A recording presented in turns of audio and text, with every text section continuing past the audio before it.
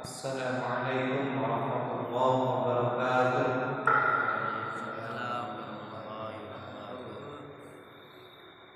Alhamdulillah wassalatu wassalamu ala Rasulillah wa ba'du. Alhamdulillah kita bisa bertemu kembali setelah kalian libur panjang 5 hari. Ngapain di rumah? Ke rumah nenek. Sempat rekreasi enggak? Rekreasi. Ayo liburan kemana yuk? Liburan? Enggak pulang? Main-main tau? Nanti dia nggak pulang ya? Iya, cocok ya. Alhamdulillah kita bisa bertemu kembali. Insya Allah nanti mungkin 1 minggu lagi rumah pengasuh itu akan selesai, dan insya Allah kalau sudah selesai pengasuh kalian akan datang insya Allah ya. Itu sudah berapa persen rumah itu ya? Kelihatannya bagus sih.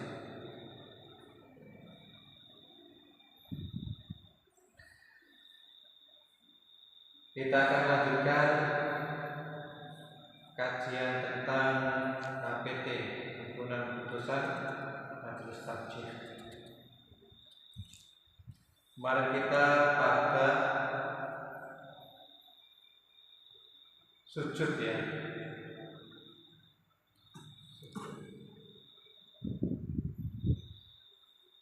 Kemarin sudah saya sampaikan bahwa cara sujud itu kita membaca Allahu Akbar tanpa mengangkat tangan. Jadi di sholat itu mengangkat tangan itu ada pada tempat mengangkat tangan takbirat sambil membaca Allahu Akbar itu ada pada tempat. Yang pertama takbiratul ihram itu mengangkat tangan Allahu Akbar. Kemudian kita mau rukuk itu juga mengangkat tangan. Kemudian kita sami Allahu liman hamidah juga mengangkat tangan 3 tempat. Yang satu lagi itu ketika kita 2 rakaat kemudian kita duduk tahiyat awal kemudian berdiri. Nah, itu kita mengangkat tangan. Jadi jangan lupa ya, mengangkat tangan sambil takbir itu ada pada 4 tempat, yaitu takbiratul ihram pada awal sholat Allahu Akbar. Kemudian mau rukuk juga mengangkat tangan Allahu Akbar, kemudian rukuk. Kemudian sami Allahu liman hamidah juga mengangkat tangan. Dan yang keempat yaitu bangun dari rakaat kedua. Setelah tahiyat awal itu juga mengangkat tangan. Rakaat kedua tidak perlu mengangkat tangan, langsung sendekak habis sujud kemudian sendekak. Giling-giling. Nah, saya mau ingat, ketika kalian jadi makmum, terus ini tidak sami Allahu liman hamidah, maka makmum langsung membaca Rabbana lakal hamdu atau Rabbana walakal hamdu tanpa membaca sami Allahu liman. Tapi kalau imam membaca Allahu Akbar, makmum juga mengikuti membaca apa? Allahu Akbar. Sami Allahu liman hamidah, makmum langsung membaca Rabbana lakal hamdu atau Rabbana walakal hamdu. Tidak mengikuti membaca sami Allahu liman Gitu. Mama. Ya, dieling-eling ya. Ketika imam membaca takbir Allahu Akbar, makmum mengikuti membaca apa? Allahu Akbar. Imam baru membaca akbar, Allahu Akbar, makmum baru mengikuti gerakan imam. Jangan mendahului imam. Engko imam iki Allahu Akbar, Allah terus makmum mengikuti Allah. Ya. Tidak boleh. Biarkan makmum atau imam membaca terakhir Allahu Akbar, baru makmum mengikuti gerakan imam. Kalau imam membaca Allahu Akbar, makmum mengikuti membaca Allahu Akbar. Ketika imam membaca Sami Allahu liman hamidah, makmum langsung membaca Rabbana walakal hamdu atau Rabbana lakal hamdu tanpa membaca Sami Allahu liman hamidah. Bisa dipahami ya? Jadi membaca takbir dan mengangkat tangan ada pada tempat-tempat apa saja?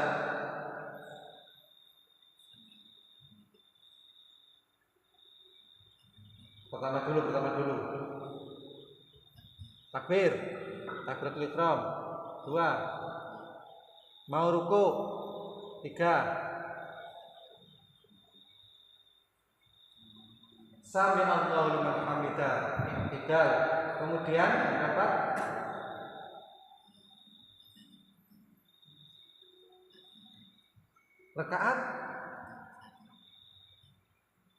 Rakaat yang ketiga setelah tasyahud awal. Apa itu tasyahud? Nyudingnya. Ketika sudah nyuding pertama kali, maka di rakaat yang ketiga Allahu Akbar sambil mengangkat. Terus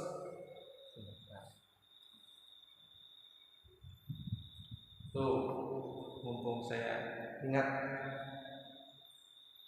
Nah, kemudian setelah i'tidal, setelah bangun dari ruku, kita kemudian sujud tanpa mengangkat tangan sambil membaca Allahu Akbar. Nah, para ulama berbeda pendapat. Sujud itu kakinya dulu, lutut dulu, ataukah tangannya dulu? Para ulama berbeda pendapat. Ada yang berpendapat tangannya dulu, baru kakinya. Ada yang berpendapat kakinya dulu, baru tangannya. Majelis Tarjih itu menyimpulkan berdasarkan hadis-hadis yang ada, itu berpendapat sujud itu kakinya dulu, lututnya dulu yang menyentuh lantai, baru kemudian tangannya.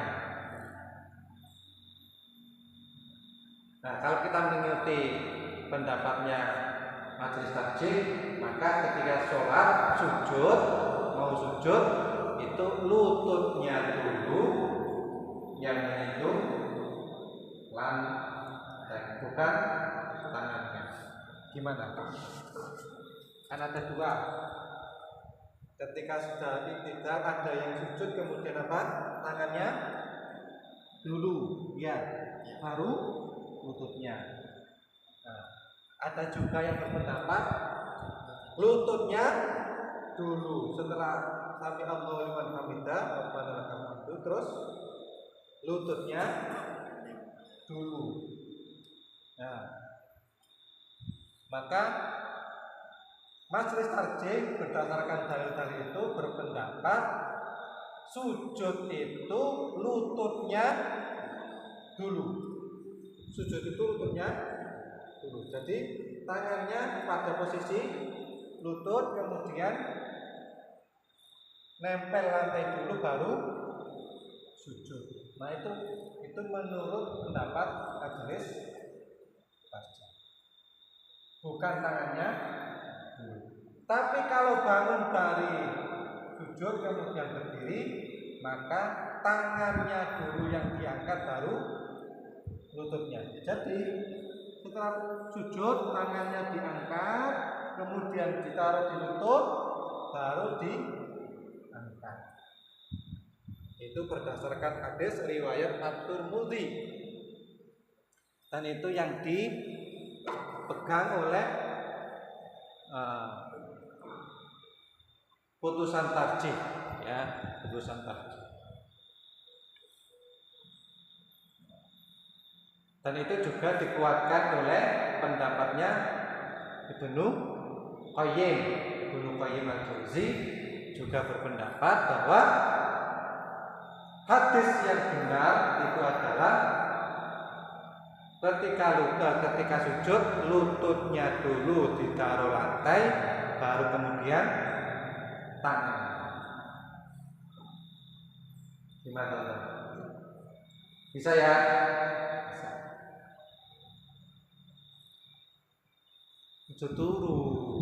Turu tak?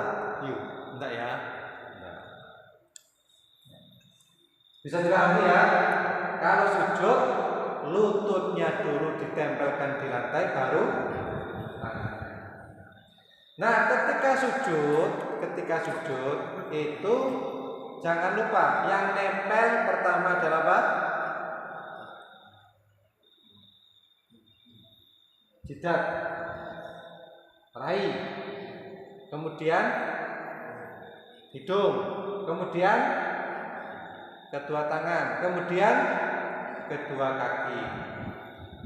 Lalu menurut hadis Nabi itu tangannya tidak boleh ditempelkan di badan, harus dibuka. Nah, hadis itu tidak ada pengecualian laki-laki atau perempuan. Sama saja sujudnya antara laki-laki sama perempuan. Tidak ada dalam hadis itu pengecualian perempuan itu terus tangannya dirapatkan ketika sujud, tidak ada hadis. Tapi yang hadis itu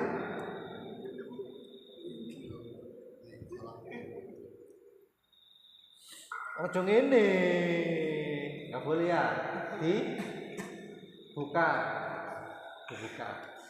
Nah, hikmahnya kenapa dibuka kemarin saya sampaikan. Salah satu hikmahnya adalah untuk menahan beban badan. Jadi beban badan ditahan dengan tangan.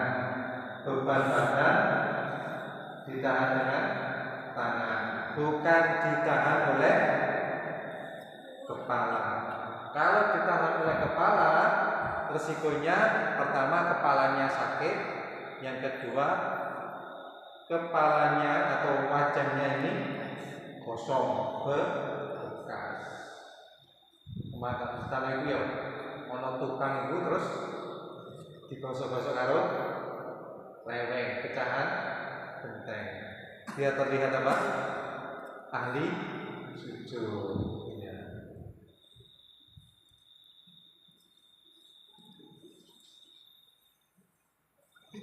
Gimana tuh? Mau praktek? Gimana sujudnya?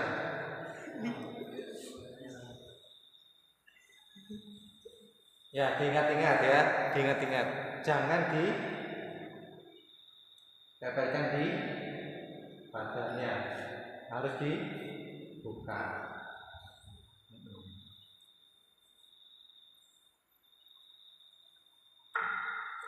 Terus ojo diangkat hidungnya tidak boleh diangkat. Hidungnya harus nempel di lantai. Ya. Jangan diangkat hidungnya. Sambil membaca apa? Sujud. Subhana rabbiyal a'la. Subhana rabbiyal a'la. Cukup itu ya. Riwayat yang tambahan wa bihamdi subhana rabbiyal wa bihamdi itu beberapa ulama hadis mendhaifkan hadis ada tambahan wa bihamdi. Majelis tarjih itu cukup subhana rabbiyal a'la tanpa ada tambahan wa bihamdi. Subhana rabbiyal a'la, subhana rabbiyal a'la. Minimal paling tidak 3 kali, maksimal sak kuat ini. Nah, kuat kalau itu ya kalau puluh sudah kuat. Balik saking senangnya sujud dari soalnya itu ya. Nah itu.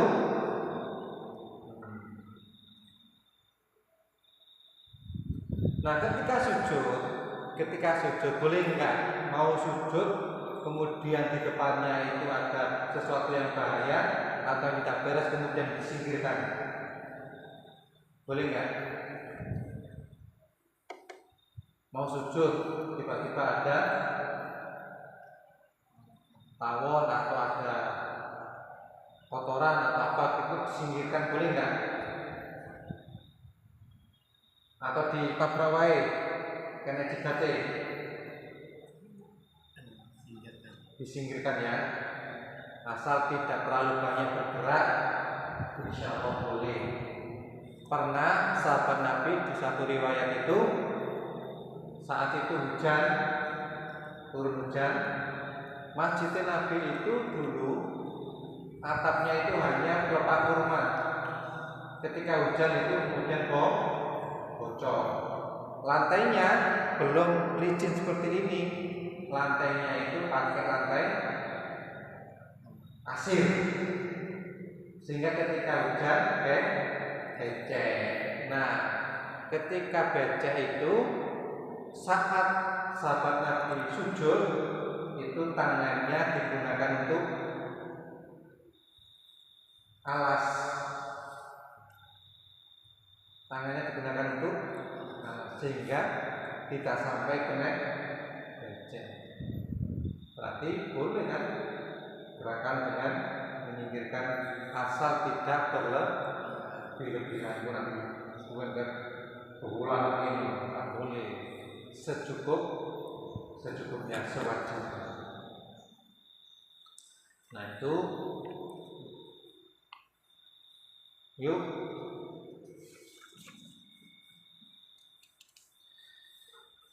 Lah setelah sujud kemudian bangun dari sujud, tidak perlu di rakaat pertama menuju kedua ketika bangun dari sujud membaca Allahu Akbar tanpa mengangkat tangan.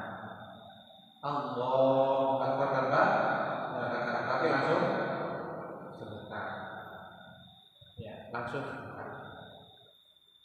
Kalau sedekah jangan di perut, tengah-tengah ya, tengah-tengah. Apa ini? Pergelangan tangan, katanya pergelangan. Nah, ketika bangun seperti yang saya sampaikan tadi, ketika bangun berdasarkan hadis riwayat Tirmidzi itu tangannya ditaruh di lutut dulu, kemudian baru lututnya diangkat. Tidak kemudian tangannya nahan apa?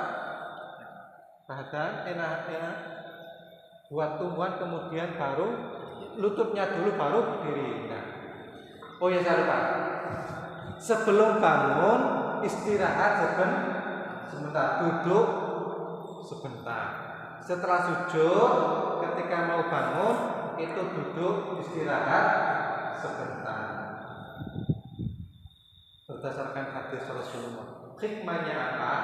Hikmahnya salah satu hikmahnya ketika mau bangun duduk dulu, istirahat dulu itu mengembalikan peredaran darah. Bagi orang-orang tertentu ketika habis sujud kemudian langsung berdiri, boleh jadi darahnya tidak normal sehingga bisa bergoyang. Nah, maka setelah sujud Rasulullah memberikan panduan istirahat dulu, duduk sebentar, baru kemudian bangun. Ya, itu hikmahnya mengembalikan aliran peredaran darah biar normal dulu baru berdiri. Duduk istirahat sebentar. Sudah siap. Dari sini ada pertanyaan? Ada pertanyaan dong? Putri ada pertanyaan? Dada? Iya. Kita cukupi di sini dulu. Sudah dibangkit dari rukuk, istirahat sebentar, duduk sebentar, kemudian baru bangun berdiri sambil membaca Allahu Akbar tanpa mengangkat tangan. Sengaja saya buat sedikit-sedikit biar kalian sambil mengingat tidak terlalu banyak sehingga khawatirnya nanti lupa. Dan ini perlu dipraktekkan setiap hari ketika sholat. Ya. Yang tadinya sujud kemudian tangannya dikekenop, mulai dibuka. Hikmahnya biar peredaran darah lancar, kemudian oksigen banyak. Ketika badan dibuka itu menyebabkan oksigen yang masuk ke paru-paru jauh lebih banyak. Itulah hikmahnya. Jadi semua gerakan yang ada pada sholat itu insya Allah banyak bermanfaat untuk kesehatan kita. Kita tutup dengan doa kafaratul majelis. Subhanallahumma wa bihamdika asyhadu an la ilaha illa anta astaghfiruka wa atubu ilaik. Assalamualaikum.